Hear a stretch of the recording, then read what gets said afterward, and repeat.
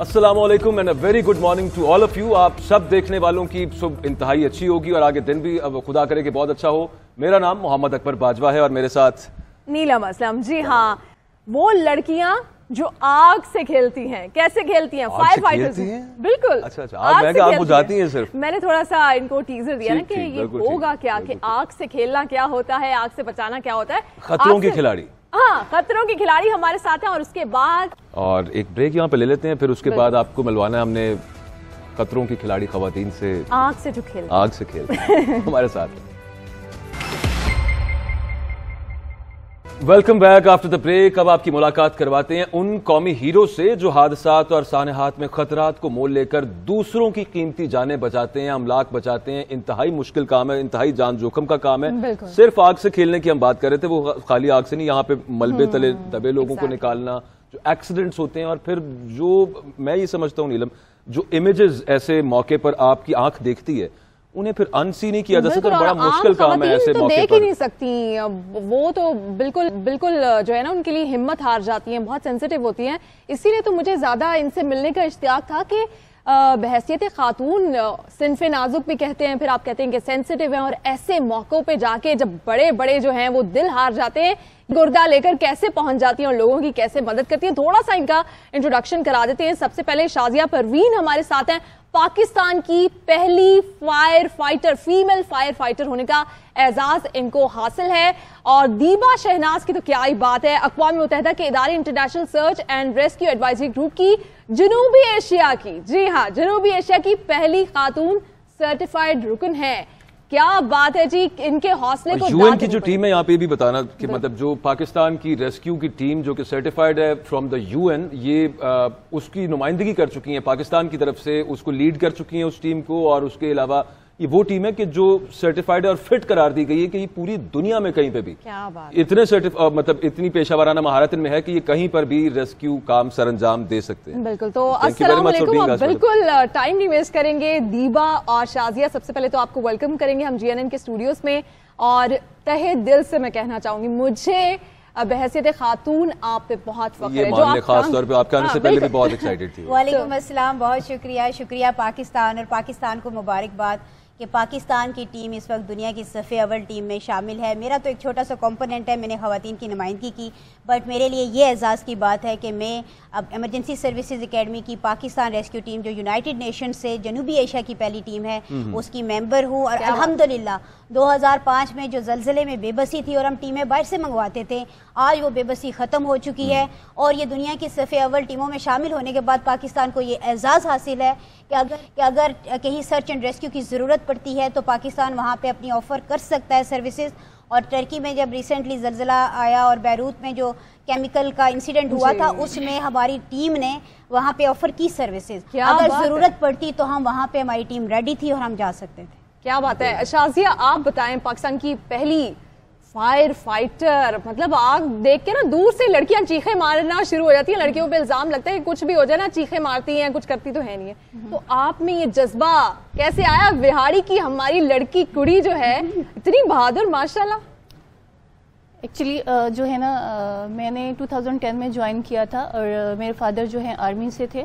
तो जब मैंने ज्वाइन किया था तो मुझे खुद भी नहीं पता था कि ये इतनी टफ जॉब है और ये सारी चीज़ें। तो मैंने जब ज्वाइन किया मुझे पता चला कि ये टफ है। और उसके बाद जो है मेरे फादर ने मुझे इनकरेज किया और उसके बाद मेरे डिपार्टमेंट ने मुझे ऐसी पेशा वराना तरबियत मेरी की है। तो अल्हम्दुलिल्लाह मैं बहुत अच्छे से अपने काम को सरअंजाम दे रही हूँ। और वो जो मैं पहले बात कर रहा था दीबा के, ऐसे इमेजेस, ऐसे मनाजिर जो आपकी आंख देख लेती है, वो फिर बड़ा मुश्किल होता है। वो किस तरह से कोप करते हैं उसके साथ आप बाद में? कोई यहाँ पर कुछ थेरेप्यूटिक सेशंस होते हैं बाद में?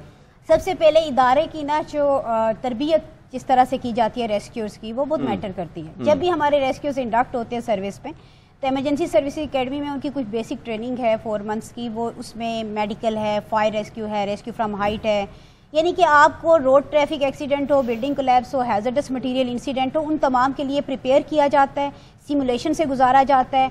और ये चीज़ आपको कॉन्फिडेंस देती है। उसके बाद आपको डिस्ट्रिक्ट में जाके मैपिंग करते हैं और ऑपरेशन में पार्टिसिपेट करते हैं।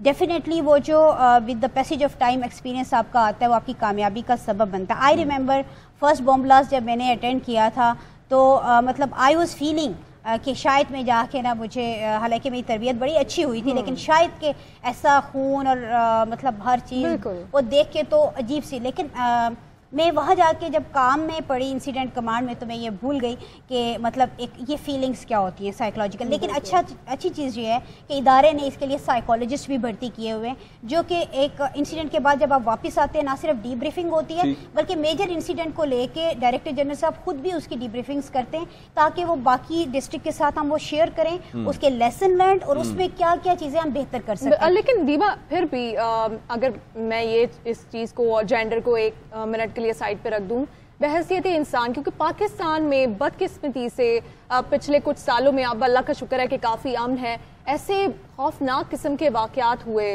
कोई ऐसा वाक़या था जिसको आपने गई हो कवर किया और आपने सोचा हो कि क्यों है हमारे साथ, ऐसे क्यों हो रहा है हमारी कंट्री, और कमज़ोर पड़ी हो आप? कमज़ोर तो है ऐसे, अल्लाह का शुक्र, अल्लाह ताला मेरे इदारे को क्रेडिट जाता है। अगेन मैं कहती हूँ इमरजेंसी सर्विसेज एकेडमी में जिस टफ ट्रेनिंग से हम गुजरते हैं, credit goes to the institution के वो हमेशा तैयार करते हैं। येस, कुछ दिलखराश वाक़यात हैं जिसपे बहैसियत कौम फील होता है कि हम किधर खड़े हैं। तो वो था हमारा गक्खड़ प्लाजा का वाक़या, जिसमें मेरे 13 फायर फाइटर्स शहीद हुए थे, and I was there till 29 days over there, because मेरे ऑफिसर्स भी कुछ ज़ख्मी हुए थे, और फिर हमने वो सारा मैनेज करना था। हमारे 4 दिन हमारा जो उस मलबे को हटा के अपने रेस्क्यूअर्स की बॉडीज़ को निकालना फायर फाइटिंग के शोबे में, तो मुझे एक फीलिंग आती थी कि हम सेफ्टी कल्चर को क्यों नहीं कर सकते। हमारे जो बिल्डिंग हाई राइज बनती है, इसमें सेफ्टी से रिलेटेड चीज़ें क्यों नहीं लग सकती हैं, ये कानून क्या है। तो मैंने इसी पैशन को लेके मेरे अंदर इतनी एक उनके बारे में मतलब वो ऐसा ना भूलने वाला वाक़या था कि मैंने जो अपनी एमफिल की रिसर्च की थी, जो यूएस के जर्नल में पब्लिश भी हुई थी, उसको मैं लिखा ही यही था कि फायर इमरजेंसी रिस्पांस को इम्प्रूव हम कैसे कर सकते हैं। आप वैसे आपने बताया, मैं मतलब अल्लाह माफ करे, आपके साथी 13 फायर फाइटर्स आपने बताया उसमें शहीद हो गए, जिसमें 4 का ताल्लुक रेस्क्यू 1122 से था, 2 का पीओएफ वास से था, 1 का सिटी डिस्ट्रिक्ट फायर ब्रिगेड से था। और ये सारे फायर फाइटिंग एक कम्युनिटी है बेसिकली, फायर रेस्क्यू जहाँ पे। शाजिया, आपको कभी ये घर की तरफ से आपके, वैसे तो आपने बताया वालिद साहब आर्मी में थे, लेकिन आपकी वालिदा, आपके बहन भाई जो हैं, उन्होंने कहा कि यार बड़ा डेंजरस काम है, यहाँ पे तो अपनी जान के लाले पड़ जाते हैं और बड़ा मुश्किल काम है, गो के बड़ा नोबेल काम है, लेकिन घर से कोई रेजिस्टेंस थी कि क्या करने लगी हो, कुछ और कर लो? नहीं, अल्हम्दुलिल्लाह मेरी जो तमाम सिस्टर्स हैं वो जो अच्छी जॉब होल्डर हैं, अच्छे डिपार्टमेंट में हैं, और उन्होंने मुझे इनकरेज किया था, और उनको मेरी तरबियत ही कुछ इस तरीके से हुई है, मुझे खतरों से डर नहीं लगता। हाँ, आर्मी में अब्बा हो तो खतरों से क्या लड़ना, वो हमेशा अपनी जान जो है अपनी खिदमत मुल्क के लिए हाजिर रखते हैं। अच्छा, मुझे ये भी बताएं कि आपने सिर्फ ये होता है ना, कुछ लोग एक माइलस्टोन अचीव कर लेते हैं, उसके बाद कहते हैं हम तो कुछ बन गए, अब हमें आगे कुछ करने की जरूरत नहीं है, लेकिन आपने अपने आप को एजुकेशनली भी साथ साथ इम्प्रूव किया, साइकोलॉजिस्ट भी बैठी हैं हमारे साथ, तो ये कितना मुश्किल था? मुश्किल तो नहीं था, क्योंकि मेरा जो है आपके लिए वैसे कुछ भी मुश्किल नहीं है, इसमें कोई शक नहीं है। जी बिल्कुल, आप बता रही थी। हाँ, मुश्किल नहीं था। मैंने अपने साथ अपनी जो है जॉब भी कंटिन्यू रखी, और साथ साथ जो है मैंने अपनी तालीम को भी कंटिन्यू रखा, और अल्हम्दुलिल्लाह मैं अब मास्टर कर चुकी हूँ साइकोलॉजी में। अच्छा, मुझे एंड में सिर्फ आपसे दीबा ये पूछना है, क्योंकि आपने चूंकि बहुत दुनिया देखी है और बहुत सारे लोगों के साथ भी आपने काम किया, यूएन में, जो लड़कियां इस फील्ड में आना चाह रही हैं उनको आप क्या मैसेज देंगी, क्या दिमाग में सोच कर आए, और घर वालों को उनके क्या मैसेज देंगी कि आने दें?